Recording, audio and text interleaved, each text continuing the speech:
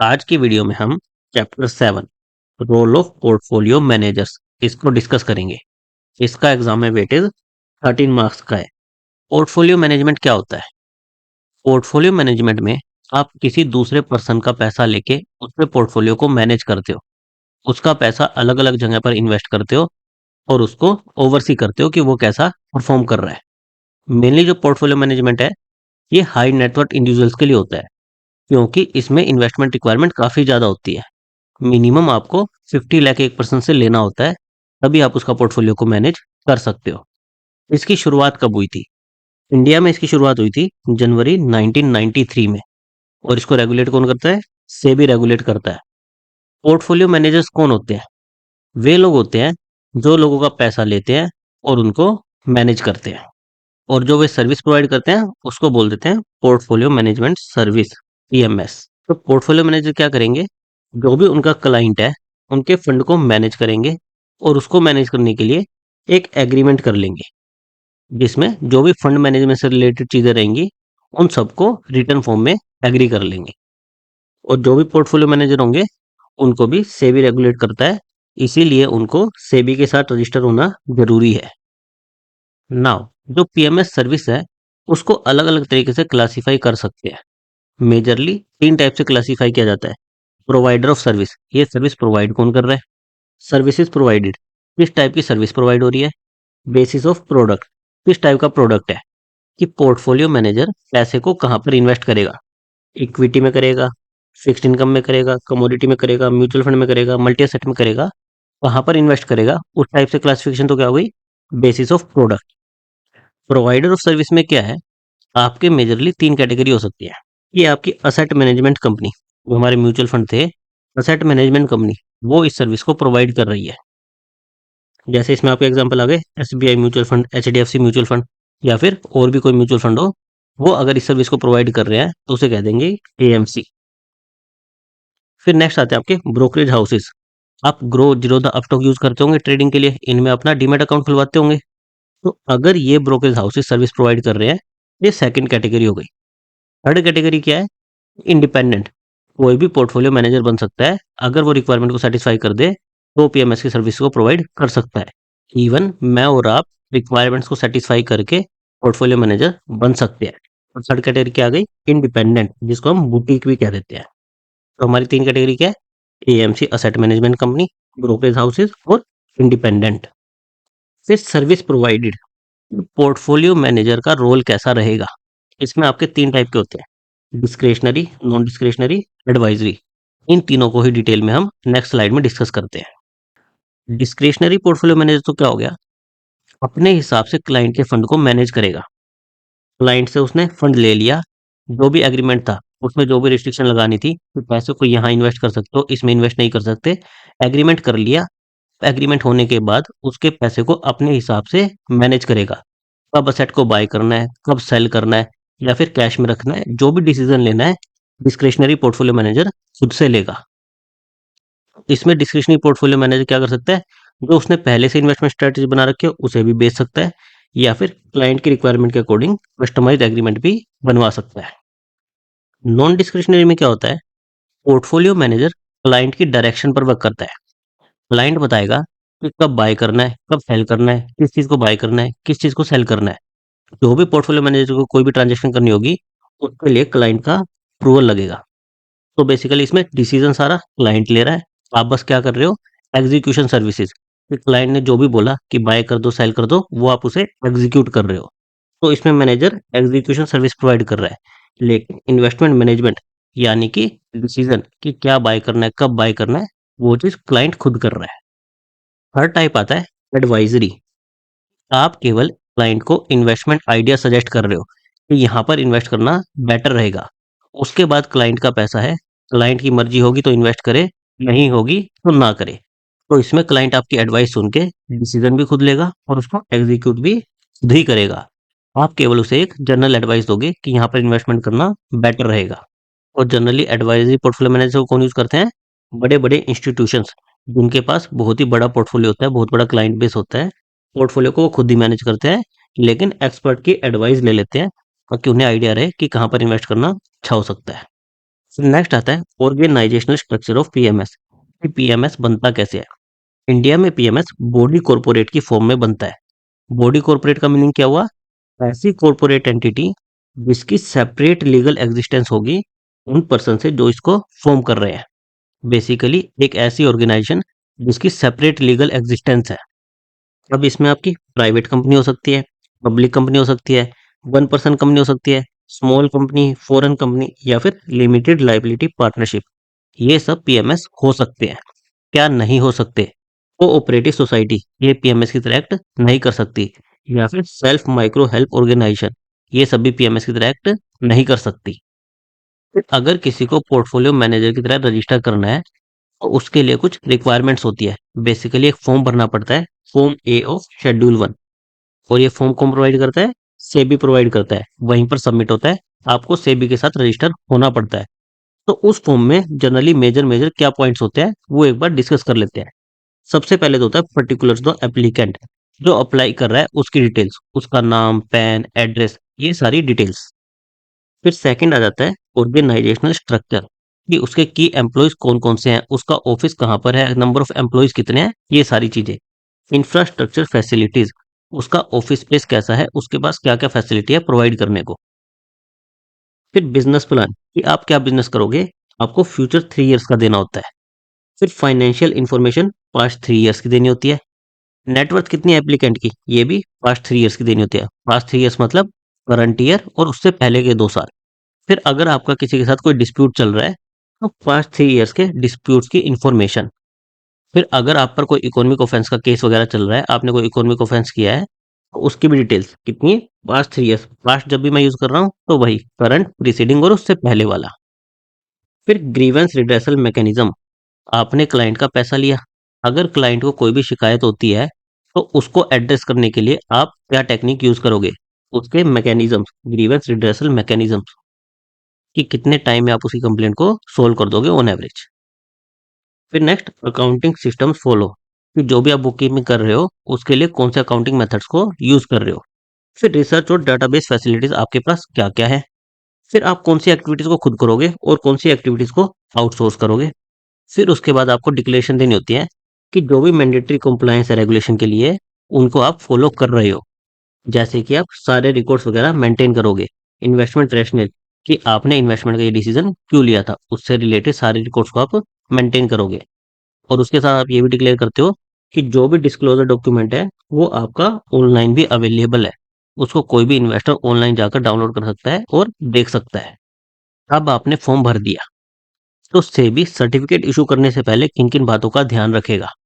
सबसे पहले तो पीएमएस बॉडी कॉर्पोरेट की बन रहा है, तो जो अप्लाई कर रहा है वो बॉडी कॉर्पोरेट होना चाहिए, उसकी सेपरेट लीगल एग्जिस्टेंस होनी चाहिए, उसके पास necessary infrastructure, office space, equipment, man power, ये सारी चीजें होनी चाहिए ताकि वो क्लाइंट को सही से सर्विसेज प्रोवाइड कर सके। उसके बाद जो भी पोर्टफोलियो मैनेजर है उसको 3 एम्प्लॉयज को रखना जरूरी है। उसमें से एक होगा आपका कंप्लायंस ऑफिसर, एक होगा प्रिंसिपल ऑफिसर, और उसके अलावा आपका एक ग्रेजुएट एम्प्लॉय होगा। ये 3 रखने तो मैंडेटरी है, आप इससे ज्यादा रख सकते हो लेकिन ये 3 रखने तो मैंडेटरी है। कंप्लायंस ऑफिसर क्या करेगा? जो भी कंप्लायंस वगैरह है उनका ध्यान रखेगा। ये जो प्रिंसिपल ऑफिसर है ये सारी पीएमएस की एक्टिविटी को ओवरसी करेगा। अब जो प्रिंसिपल ऑफिसर है उसके रिगार्डिंग सर्टेन क्वालिफिकेशन होनी ही होनी चाहिए। जैसे उसके पास फाइनेंस, लॉ, अकाउंटेंसी या फिर बिजनेस मैनेजमेंट, इनमें डिग्री होनी चाहिए किसी भी सेंट्रल, स्टेट या फिर फॉरेन यूनिवर्सिटी से, या फिर एनआईएसएम का पोस्ट ग्रेजुएट प्रोग्राम होना चाहिए। इनमें से कोई भी एक हो चल जाएगा, लेकिन जैसे टेक्निकल डिग्री केवल एमटेक की डिग्री है तो वो नहीं चलेगी। फाइनेंस बैकग्राउंड या फिर लॉ, अकाउंटेंसी या फिर बिजनेस मैनेजमेंट, इस बैकग्राउंड की कोई डिग्री होनी चाहिए, या फिर CFA charter from the CFA institute, ये उसके पास होना चाहिए। अब एजुकेशनल डिग्री के बाद नेक्स्ट आता है कि उसके पास एक्सपीरियंस भी होना चाहिए। कितना एक्सपीरियंस होना चाहिए? एटलीस्ट 5 इयर्स का सिक्योरिटीज मार्केट में, और उन 5 ईयर में से 2 इयर्स फंड मैनेजमेंट में। इतना एक्सपीरियंस तो होना मैंडेटरी है।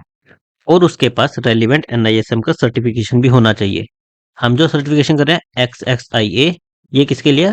पीएमएस सर्विस को डिस्ट्रीब्यूट करने के लिए। हम इससे पीएमएस डिस्ट्रीब्यूटर्स बनेंगे। अगर हमें पोर्टफोलियो मैनेजर बनना है तो हमें XXIB उसको करना पड़ेगा। इसके अलावा जो थर्ड एम्प्लॉय था जो कि ग्रेजुएट होना चाहिए किसी सेंट्रल या स्टेट यूनिवर्सिटी से। उसके पास क्या होना चाहिए, एटलीस्ट 2 इयर्स का experience in the securities market. इनके अलावा जो अप्लाई कर रहा है उसकी नेटवर्थ 5 करोड़ की होनी मैंडेटरी है, उससे ज्यादा होनी चाहिए। और ग्रांट ऑफ सर्टिफिकेट टाइम पर से भी क्या ध्यान रखेगा कि ये ग्रांट ऑफ सर्टिफिकेट इन्वेस्टर के इंटरेस्ट में हो। जो भी उसने बिजनेस प्लान दिया है, जो भी डिटेल्स वगैरह दिया है, उनको अच्छे से देखे। और अगर उसे लगता है कि ये इन्वेस्टर के इंटरेस्ट में है, तभी वो सर्टिफिकेट इशू करेगा। अब पीएमएस मॉडल में क्या होता है, हम मल्टीपल क्लाइंट से पैसा लेते हैं। तो हम पोर्टफोलियो मैनेजर एक है, हमने मल्टीपल क्लाइंट से पैसा ले रखा है। अगर मान लो हमें हर एक क्लाइंट के लिए सेम सिक्योरिटी जैसे रिलायंस का ही शेयर लेना है, तो हम क्या क्या कर सकते हैं कि हर एक अकाउंट में इंडिविजुअली ट्रेड करें। रिलायंस के 10 शेयर मैंने ले लिए एक अकाउंट में, 10 एक में, 10 एक में, 10 एक में, हर एक क्लाइंट के सेपरेट अकाउंट में मैंने ये शेयर ले लिए। या फिर अगर मेरे 10 क्लाइंट थे, सबको 10 10 चाहिए थे, तो मैंने 100 शेयर एक साथ खरीद लिए। फिर बाद में हर एक क्लाइंट को 10 10 अलोकेट कर दिए। तो जो ये मॉडल है कि सारे एक साथ खरीद लिए फिर हर एक क्लाइंट को अलोकेट कर दिए, तो ये हो गया आपका पूल एग्जीक्यूशन। और जो दूसरा मॉडल था जिसमें हमारे क्लाइंट के लिए सेपरेटेड एग्जीक्यूटर थे, वो क्या था, इंडिविजुअल एग्जीक्यूशन मॉडल। तो हमारे दो मेन मॉडल होते हैं, एक पूल एग्जीक्यूशन, एक इंडिविजुअल एग्जीक्यूशन। अब जब भी आप क्लाइंट को ऑनबोर्ड करते हो, उससे पहले आप एक रिटर्न एग्रीमेंट साइन करते हो क्लाइंट के साथ, जिसमें सारी डिटेल्स होती है कि दोनों के राइट्स क्या है, लाइबिलिटीज क्या है और ऑब्लिगेशन क्या है। जो भी पोर्टफोलियो को मैनेज करना है, उससे रिलेटेड जो भी राइट्स और लाइबिलिटीज रहेंगी दोनों पार्टी की, वो सारी इसमें डिटेल होती है। मेजर कंटेंट जो इसका होता है वो क्या होता है कि इन्वेस्टमेंट अप्रोच, कहाँ कहाँ पर पैसा लगा सकते हैं।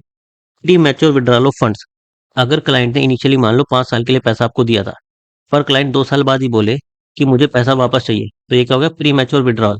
तो उस केस में क्या कोई चार्ज लगेगा, और लगेगा तो कितना लगेगा, ये सब भी पहले से ही डिसाइड हो जाता है। फिर dos and don'ts for the portfolio managers, कि पोर्टफोलियो मैनेजर को क्या करना चाहिए और क्या नहीं करना चाहिए। फिर अपॉइंटमेंट ऑफ कस्टोडियन, ये मैंडेटरी रहता है। फिर इन्वेस्टर के रिकॉर्ड्स को मेंटेन किया जाएगा, जो भी रिकॉर्ड्स मेंटेन हो रहे हैं उनके अकाउंट्स और ऑडिट की जाएगी। और कंप्लायंस ऑफिसर को भी अपॉइंट करना मैंडेटरी है। इन्वेस्टमेंट अप्रोच में बेसिकली क्या रहता है कि किस टाइप की सिक्योरिटी में पोर्टफोलियो मैनेजर इन्वेस्ट करेगा, उसकी डिटेल रहती है। इसमें क्लाइंट अपना इंटरेस्ट भी बता सकता है कि मैं इसमें इन्वेस्ट करना चाहता हूँ, या फिर रिस्ट्रिक्शन भी बता सकता है कि मुझे इस पर्टिकुलर कंपनी या फिर इस पर्टिकुलर सेक्टर में इन्वेस्ट नहीं करना। फिर नेक्स्ट आता है प्री मैच्योर विड्रॉल। जो भी प्री मैच्योर विड्रॉल से रिलेटेड टर्म्स एंड कंडीशन है, वो एग्रीमेंट में क्लियरली डिफाइन होनी चाहिए। सबसे इंपॉर्टेंट पॉइंट क्या है कि कोई भी लॉक इन इम्पोज नहीं किया जा सकता। पोर्टफोलियो मैनेजर क्लाइंट को ये नहीं कह सकता कि आपको मिनिमम इतने टाइम, 6 मंथ्स, 1 ईयर, इतने टाइम के लिए पैसा रखना जरूरी है। क्लाइंट अगर चाहे तो नेक्स्ट डे भी पैसे को निकाल सकता है। लेकिन क्लाइंट कब पैसे को निकाल रहा है, उसके अकॉर्डिंग आपका एग्जिट लोड वेरी कर सकता है। एग्जिट लोड किस पर कैलकुलेट होता है, परसेंटेज ऑफ अमाउंट रिडीम, जितना पैसा क्लाइंट ने निकाला उस पर। और ये वेरी कैसे करता है, अगर क्लाइंट फर्स्ट ईयर में निकालता है तो ये मैक्सिमम 2% हो सकता है। अगर सेकंड ईयर में निकालता है तो मैक्सिमम 2% हो सकता है। अगर थर्ड ईयर में निकालता है तो मैक्सिमम 1% हो सकता है। अगर 3 ईयर के बाद निकालता है तो कोई भी एग्जिट लोड चार्ज नहीं किया जा सकता। एग्जिट लोड कब लग सकता है, अगर वो फर्स्ट 3 ईयर्स में निकालता है। और डिपेंडिंग ऑन कौन सी ईयर में निकाल रहा है, वो अलग अलग हो सकता है। फर्स्ट ईयर में 3, सेकंड ईयर में 2, थर्ड ईयर में 1। अगर 3 ईयर्स के बाद निकाल रहा है, जैसे मान लो क्लाइंट ने इनिशियली 5 ईयर्स के लिए दिया था, लेकिन वो फोर्थ ईयर में कहता है कि मुझे अब पैसा निकालना है, तो 3 ईयर्स के बाद निकाल रहा है, उस पर कोई भी एग्जिट लोड चार्ज नहीं हो सकता। अब आ जाती है बात डूज एंड डोंट की। तो पोर्टफोलियो मैनेजर के लिए डूज क्या है, सबसे पहले तो क्या है कि क्लाइंट से मिनिमम जो अमाउंट लेना है वो 50 लाख का लेना ही लेना है। इससे कम का अमाउंट हम एक्सेप्ट नहीं कर सकते। इसमें एक्सेप्शन क्या है, एक्रेडिट इन्वेस्टर जिनका स्पेशल स्टेटस होता है, जैसे जो गवर्नमेंट के साथ एसोसिएटेड है या जिन्हें स्पेशल स्टेटस दिया गया है, एक्रेडिटेड इन्वेस्टर का स्टेटस दिया गया है, उनके लिए ये रिक्वायरमेंट नहीं है। या फिर को इन्वेस्टमेंट पोर्टफोलियो मैनेजर, बेसिकली जो हमने एआईएफ डिस्कस किया था कैटेगरी 1 और कैटेगरी 2, उनके लिए ये रिक्वायरमेंट नहीं है। फिर सेकंड जो पॉइंट है कि हमें हर एक क्लाइंट की होल्डिंग को सेपरेट अकाउंट में रखना है। हर एक क्लाइंट के लिए अलग अकाउंट रहेगा। सिमिलरली हर एक क्लाइंट के लिए एक अलग बैंक अकाउंट रहेगा, और हर एक क्लाइंट का पैसा हम अलग बैंक अकाउंट में ही रखेंगे। फिर जो भी इन्वेस्टर के ग्रीवेंसेज है उनको एड्रेस करने के लिए हम प्रॉपर स्टेप्स लेंगे। इसके साथ साथ जो भी क्लाइंट्स की कंप्लेंट्स आई, नंबर, किस टाइप की कंप्लेंट आई और उसकी जो भी डिटेल्स है, वो टाइमली सेबी को सबमिट करते रहेंगे। सेबी इसके बारे में इन्फॉर्म रहना चाहिए। फिर जो क्लाइंट का फंड है और हमारा फंड है, हम खुद भी तो अपने लिए कुछ इन्वेस्ट कर रहे होंगे, उनको भी हम सेपरेट रखेंगे। अपने फंड को क्लाइंट के फंड के साथ मिक्स नहीं करेंगे। और पोर्टफोलियो मैनेजर की ये रिस्पॉन्सिबिलिटी है कि वो क्लाइंट के फंड को सेफ गार्ड करे। फिर आ जाता है डोंट, ऐसे काम जो पोर्टफोलियो मैनेजर को नहीं करने चाहिए। सबसे पहले तो जो क्लाइंट का उसने फंड लिया है वो उसने इन्वेस्टमेंट पर्पज से लिया है कि क्लाइंट के लिए वो इन्वेस्टमेंट करेगा और उसको वो रिटर्न जनरेट करके देगा। उस रिटर्न को जनरेट करने के बदले में वो अपनी फीस चार्ज कर सकता है, लेकिन जो उसने पैसा लिया उससे कोई वो डायरेक्ट या फिर इनडायरेक्ट बेनिफिट नहीं ले सकता। उसके बदले में कोई वो फंड को बोरो नहीं कर सकता, या फिर जो क्लाइंट से पैसा लिया उसको किसी और को उधार नहीं दे सकता। इसके साथ जब म्यूचुअल फंड के डायरेक्ट प्लान में इन्वेस्ट करते हैं तो म्यूचुअल फंड कोई भी कमीशन चार्ज नहीं करता है। अगर पोर्टफोलियो मैनेजर क्लाइंट के पैसे को direct plan of mutual fund में इन्वेस्ट कर रहा है तो वो क्लाइंट से कोई भी फी चार्ज नहीं कर सकता। इसके अलावा क्लाइंट के फंड पर वो कोई लीवरेज नहीं लेगा, बिल डिस्काउंटिंग, बदला फाइनेंसिंग या फिर स्पेकुलेटिव ट्रांजैक्शन ये सब नहीं करेगा। बिल डिस्काउंटिंग और बदला फाइनेंसिंग, इसको आप एक बार गूगल करिएगा। बेसिकली ये उधार लेने के अलग अलग तरीके होते हैं। ये अकाउंटिंग टर्म है जिसमें बेसिकली क्या हो रहा है कि आप पैसे को थोड़ा सा एडवांस में ले रहे हो और फिर कुछ टाइम बाद जब आपके पास पैसा आ जाता है तो आप उसे रिटर्न दे देते हो थोड़ा सा इंटरेस्ट देकर। इसके बाद पोर्टफोलियो मैनेजर का काम क्या है कि क्लाइंट के पैसे को इन्वेस्ट करना। तो वो किसी और पोर्टफोलियो मैनेजर के पोर्टफोलियो में इन्वेस्ट नहीं कर सकता या फिर उसकी एडवाइस पर काम नहीं कर सकता, उसे खुद डिसीजन लेना होगा। फिर अगर वो फुल एग्जीक्यूशन मॉडल फॉलो कर रहा है, यानी कि सारे अकाउंट के लिए एक साथ खरीद लिया फिर अलग अलग अकाउंट में डाल दिया, तो उस केस में डे के एंड तक क्लाइंट के अकाउंट में वो चली जानी चाहिए। कोई ओपन पोजीशन नहीं रह सकती कि मैंने ली और लेकर अपने पास रख ली, ऐसा नहीं होना चाहिए। और अगर क्लाइंट के लिए कोई सिक्योरिटी बाय की है तो उसको अपने नाम पर नहीं ले सकते। इसके साथ साथ ऑफ मार्केट ट्रांजैक्शंस नहीं कर सकते। इनमें कुछ एक्सेप्शंस है। ये एक्सेप्शन क्या है कि अगर क्लाइंट के खुद के ट्रेड को सेटल करने के लिए ट्रांजैक्शन है तो कर सकते हैं। फिर अगर क्लाइंट को कुछ मार्जिन या फिर कोलेटरल चाहिए तो उसके लिए कर सकते हैं। फिर अगर अनलिस्टेड सिक्योरिटी में डील करना है तो अलाउड है। और क्लाइंट का अगर कुछ स्पेसिफिक कंसेंट है, क्लाइंट का अप्रूवल मिलता है तो कर सकते हैं। ये हर एक ट्रांजैक्शन के लिए लेना जरूरी रहेगा। Normally of market transaction allowed नहीं है, लेकिन ये 4 एक्सेप्शन केसेस हैं जिनमें ये अलाउड है। फिर आता है अपॉइंटमेंट ऑफ कस्टोडियन, कि किस टाइप के पोर्टफोलियो मैनेजर को कस्टोडियन को अपॉइंट करना मैंडेटरी है और किसके लिए ये ऑप्शनल है। तो जो केवल एडवाइजरी सर्विसेज प्रोवाइड कर रहा है उसके लिए ऑप्शनल है, और जो डिस्क्रिशनरी या फिर नॉन डिस्क्रिशनरी सर्विस प्रोवाइड कर रहा है उसके लिए मैंडेटरी है। फिर नेक्स्ट आ जाता है कि सारे रिकॉर्ड्स को प्रॉपरली मेंटेन किया जाएगा।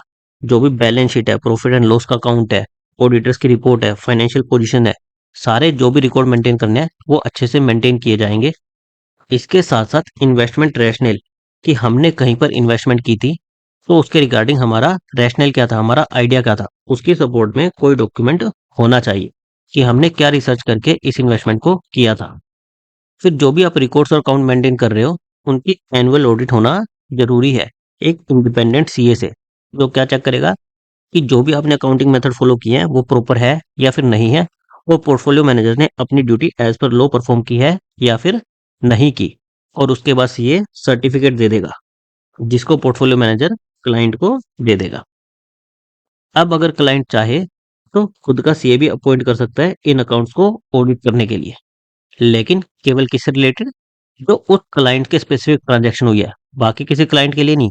खुद की ट्रांजैक्शन के रिगार्डिंग वो खुद का एक सीए भी अपॉइंट कर सकता है। फिर जैसे कि हमने देखा था कि कंप्लायंस ऑफिसर का अपॉइंट करना मैंडेटरी है। कंप्लायंस ऑफिसर का काम क्या रहेगा, जो भी सेबी और सेंट्रल गवर्नमेंट के रिलेटेड कंप्लायंस है वो फॉलो हो उसको इंश्योर करना, और जो भी इन्वेस्टर ग्रीवेंस रिड्रेसल मैकेनिज्म्स है वो प्रॉपर तरीके से फॉलो हो उसको इंश्योर करना। अगर इनमें कहीं भी डेविएशन आता है तो कंप्लायंस ऑफिसर को इमीडिएटली और इंडिपेंडेंटली किसको रिपोर्ट करना है, सेबी को। ये चैप्टर थोड़ा सा थ्योरेटिकल था। इस चैप्टर में जो भी इंपॉर्टेंट पॉइंट्स थे वो सारे मैंने यहाँ पर लिस्ट कर दिए हैं। ये चैप्टर 13 मार्क्स का है, यानी कि काफी ज्यादा वेटेज है इस चैप्टर की। तो हम इसके एमसीक्यू क्वेश्चंस भी ज्यादा करेंगे। नेक्स्ट वीडियो में हम इसके एमसीक्यू क्वेश्चंस देखेंगे। अगर आपको कोई भी कंसेप्ट में डाउट हो तो आप कमेंट करके पूछ सकते हो। Thank you guys.